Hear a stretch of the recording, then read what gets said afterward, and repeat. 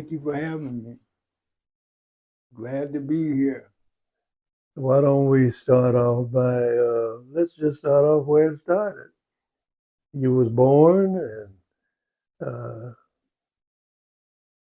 where? I was born in Oakland, California at Permanente Hospital, which is now Kaiser, in 1947. And grew up in Oakland. I lived in Alameda as a kid. Matter of fact, I started school in Alameda, from Alameda. You started in Alameda? Mm-hmm. Oh, you did? Mm-hmm. Okay. And from Alameda in the estuary. And from there, our family moved to West Oakland. Okay. And then from West Oakland, moved to East Oakland out in 66th Avenue, out in that area. I went to Lockwood School. From there, we moved to off 98th in Brookfield Village. That's where I really laid roots in that area in East Oakland.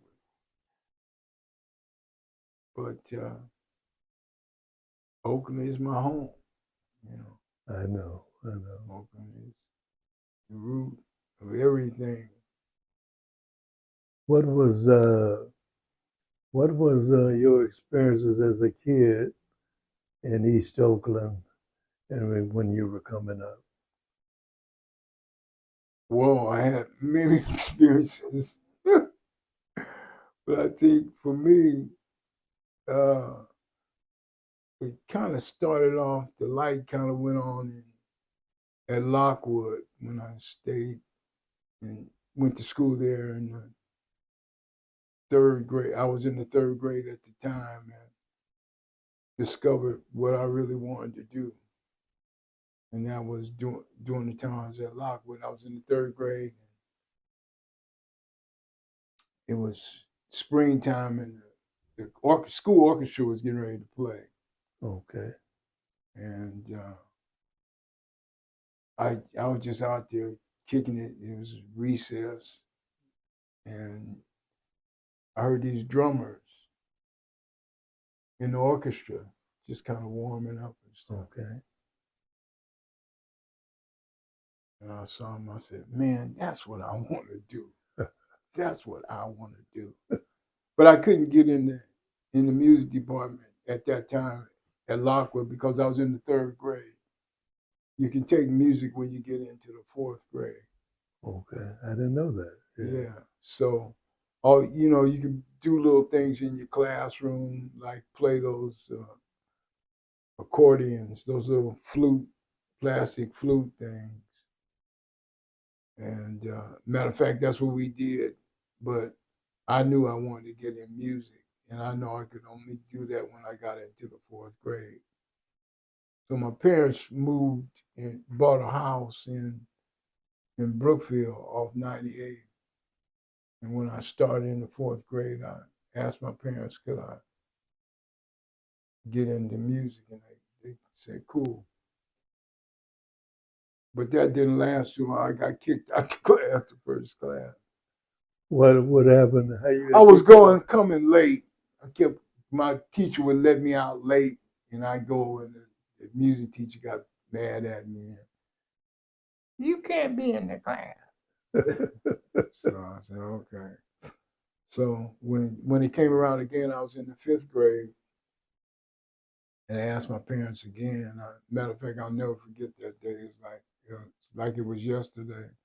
My parents were sitting on the couch in the living room, and I brought the paper home. I said, can I take the drum class? And my mother looked at me and snatched the paper and looked at it. And she looked up at me and told me, if I sign this, you got to stick with it. Because if they kick you out again, that's it. You know what I mean? And I made the commitment that day. I didn't really realize what kind of commitment I was making. Because I'm Yeah. 74, Yeah, now, right. 76 now.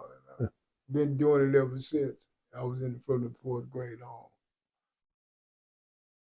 But that was the beginning of everything for me. So your parents uh, gave you some strict guidelines that made you make sure you wasn't just messing around. You were Right. serious about what you were doing. Right. At that point, and I'm, the desire was there, but by them saying what they said, that even intensified it even more. Right.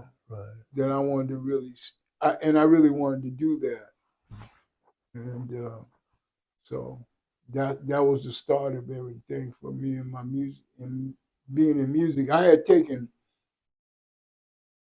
piano class a couple of years before deciding that I wanted to go into music, go into play drums, play the percussion. But studying music, you learn that the piano is also a percussion instrument. Okay. Anything that you strike or hit is a percussion instrument. So I was really kind of already doing in that area of music. I understand. And I like piano. I didn't stick with the piano. I know the piano, I know the notation and the layout of the piano, know how to figure stuff out. But I really wish I had put more time into that. Because when I got further up in school, like in college, I had to take piano proficiency. Mm-hmm. And I got through it. But if I had to continue to make that one of the other instruments to study when I started drums, I've been pretty good. Okay. Okay. So it sounds to me like was your family, mother and father, were they musical people? I mean, you started out so young. My mother would sing in the choir. My father messed around with piano, but they were really so supportive. They supported us in anything we wanted to do as long as we stuck with it. Yeah. And they allowed us to explore it. Mm-hmm. My dad played a little piano. He was into music, but he wasn't a musician. Okay.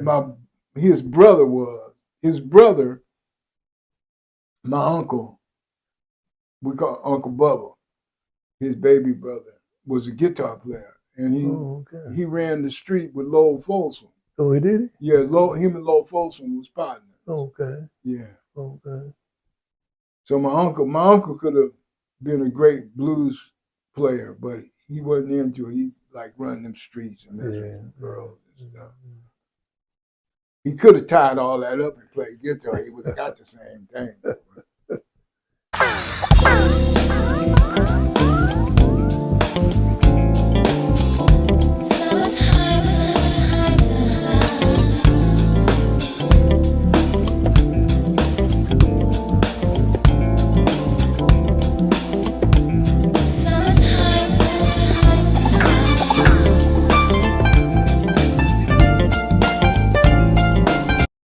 So let me say this, Larry, you have a book that you've written that I'm sure my beautiful daughter, Kabila Yolanda, helped you put this together. She sure did.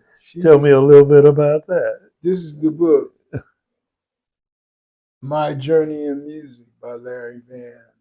And my wife, Yolanda, was helped me with editing and putting this all together and putting this thing together. And it talks about so many things that we discussed today, and it's all in this book.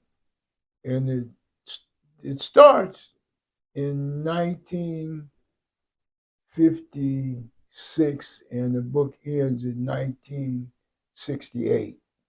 Goes from that total period. So it talks about my early development, coming up in Oakland, being on the music scene here in Oakland, and all the exciting stuff that happened during that period of time.